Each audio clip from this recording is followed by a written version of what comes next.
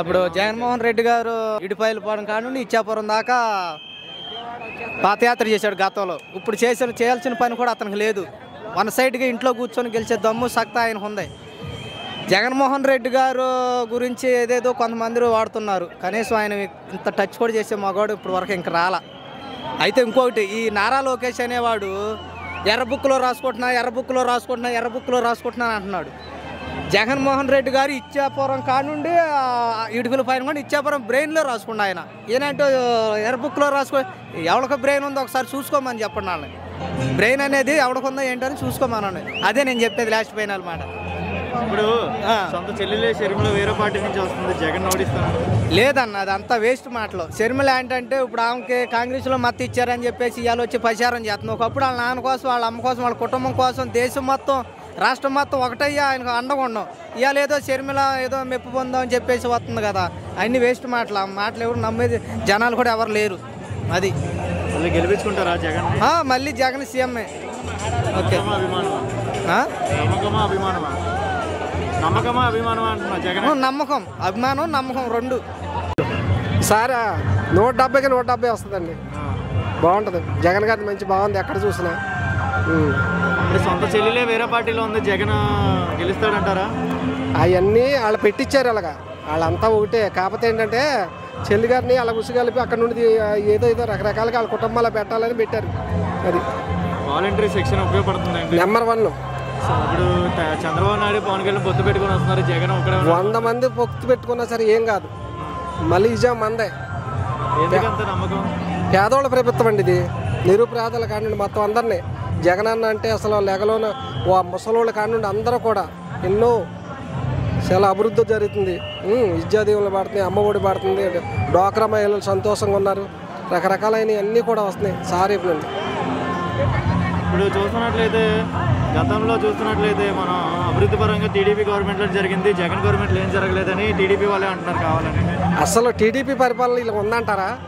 అసలు ఎంత సైపోయం. ఏదన్నా ఒక ముసలు పెన్షన్ వాళ్ళు వెళ్తేనండి వాళ్ళకి మంచినీళ్ళు లేక వాళ్ళ పెన్షన్లు రాక ఎన్నో బాధలు పడేవాళ్ళు. అలాంటిది రైస్ కాడి నుండి వెయ్యి అయినా కానీ వీళ్ళ పెన్షన్లు తెల్లారిపాటికి 1 తారీఖు ఉదయం వెళ్ళి తలుపు కొడుతున్నారు. వాళ్ళు ఎంతంత సంతోషపడుతున్నారో. అలాగే చదువుకునే పిల్లలు, గవర్నమెంట్ స్కూళ్ళు, రకరకాలైన అభివృద్ధులండి అన్నీ బాగా జరుగుతుందండి. ఫుల్లండి. జై జగన్ అసలు ఒకటే మాట, రెండో మాట తేరలేదు. అసలు 2-3 కలిసి వస్తున్నారు. ఎందుకని వస్తున్నారు? ఒక జగన్మోహన్ రెడ్డి గారిని ఓడించడానిక లేదా రాష్ట్రాన్ని అభివృద్ధి చేయడానిక?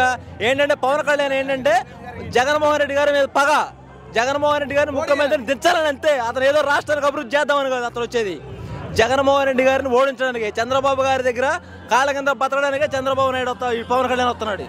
అసలు పవన్ కళ్యాణ్ రాజకీయాలుగా మనకి రాడు పవన్ కళ్యాణ్. అది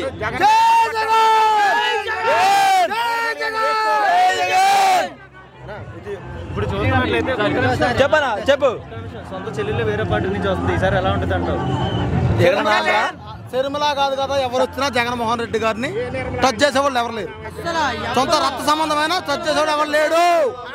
టచ్ చేసే మగవాళ్ళు లేడు. ఇంకా జై జగన్ గట్టిగా 170 టార్గెట్ పక్కాగా వస్తాడు జగన్. 170 టార్గెట్. జై జగన్. ఈసారి నెంబర్ 1 ఉందమ్మా. ఏంటి ఎలా జరుగుతున్నాయి మీకు సదుపాయాలు? నేను మాది ఉండి మండలం, కలిగోట్ల గ్రామం. నేను వైఎస్ఆర్ పార్టీ.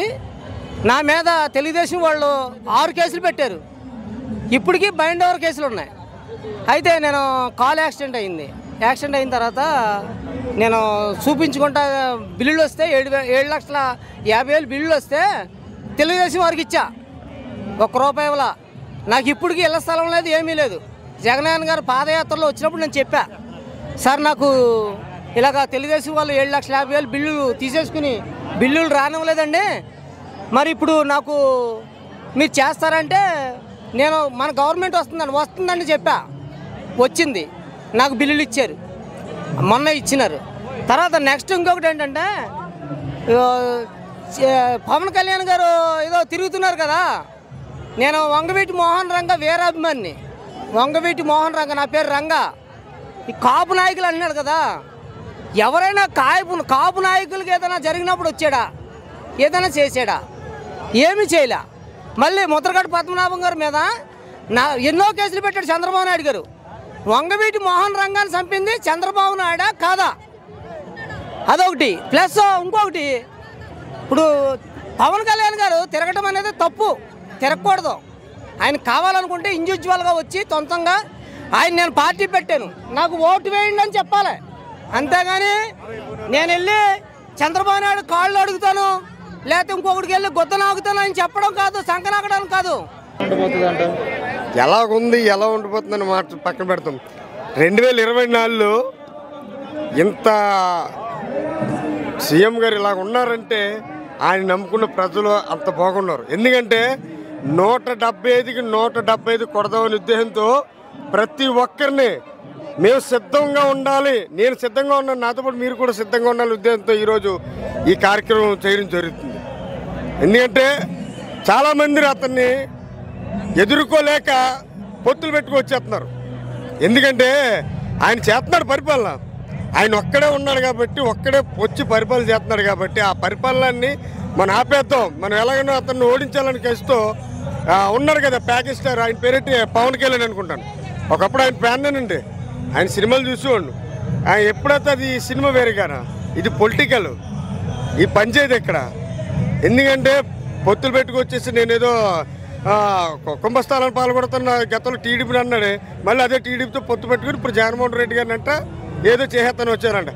ఎవరు ఏమి చేసినా సరే ప్రజల దృష్టిలో ఆయన చేసిన నవరత్నాల పథకాలు, ఆయన చూపించిన అభిమానం పథకాలన్నీ ఉన్నాయి కాబట్టి ఈరోజు 175 కొట్టడానికి ఆయన సిద్ధం అన్న నిర్ధారణ పెట్టాడు కాబట్టి ఆయనతో పాటు కూడా ఆయన్ని గెలిపించడానికి అభిమానులు అంటే మేము కూడా సిద్ధం.